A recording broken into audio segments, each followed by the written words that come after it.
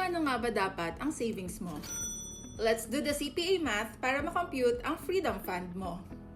Step 1. Alamin kung magkano ang survival number mo. So, hindi ito yung pang lifestyle Ito yung mga pinambabayad mo ng mga bills, ng renta, kuryente, pang grocery mo. So, kumbaga, ito yung fixed expenses mo on a monthly basis.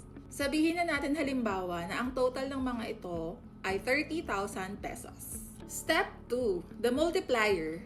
Multiply that number by 6 months. So, 180,000.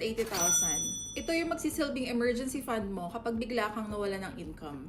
Step 3. Mag-add ka na rin ng 10% na inflation buffer. Bakit? Dahil ang presyo ng mga bilihin ngayon ay maaaring mas mahal na next month. So, dapat lagi kang handa. May CPA tip, ihiwalay mo ang emergency fund mo sa ibang digital bank. Yung mataas na interest at hindi nakalink sa ShopeePay account mo para hindi mo basta-bastang magagastos. Pag nabuo mo ng emergency fund mo, every extra money is officially play money na pwede mong ipang-invest or ipang-bili ng mga wants mo.